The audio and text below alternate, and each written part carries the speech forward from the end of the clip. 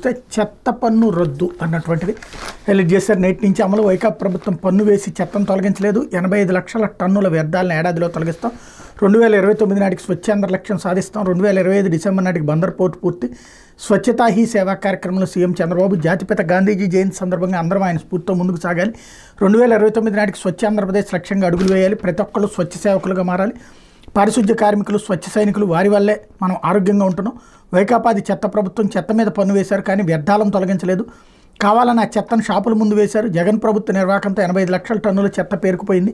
దీన్ని ఏడాదిలో తొలగించాలని పురపాలక శాఖ మంత్రి నారాయణ ఆదేశించా. ఏపీలో చెత్త పన్ను ఈ రోజు నుంచి వసూలు చేయొద్దని అధికారులను ఆదేశిస్తున్నా. వచ్చే కేబినెట్లో పెట్టి ఆమోదం పొందిన తర్వాత ఉత్తర్వులు ఇస్తామని ముఖ్యమంత్రి చంద్రబాబు చెప్పారు. ఈ మొక్క ఇప్పటికి ప్రమాణ స్వీకారం అప్పటి నుంచి 3 నెలల నుండి 30 సార్లు వచ్చి ఉంటుంది ఈ స్టేట్మెంటు. ఈ నెల నుంచి చెత్త పన్ను ఆపేస్తున్నారు.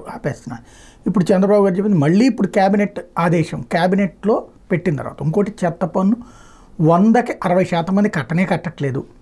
అడుగుతున్నోళ్ళు లేరు, కడుతున్నటువంటిది లేదు. ఇప్పుడు ఆపుతారు. ఇంకోటి ఇళ్ల షాపుల ముందుని చెత్త అంటే ప్రతిదీ కూడా ఎలాగైనా మాట్లాడేయచ్చు అన్నటువంటి కోణంలో రాజకీయం నడుస్తున్నది తప్పించి వాస్తవికతకి దగ్గరగా ఉందా?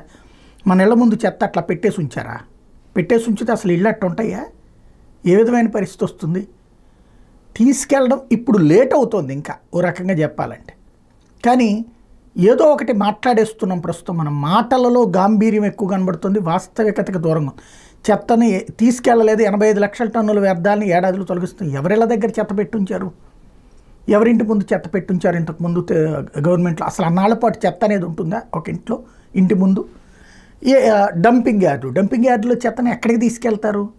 ఆ కంపెనీలు పెట్టాలా, పరిశ్రమలు పెట్టాలా, లేకపోతే దాన్ని తగలబెట్టడం ఏదో చేస్తారు.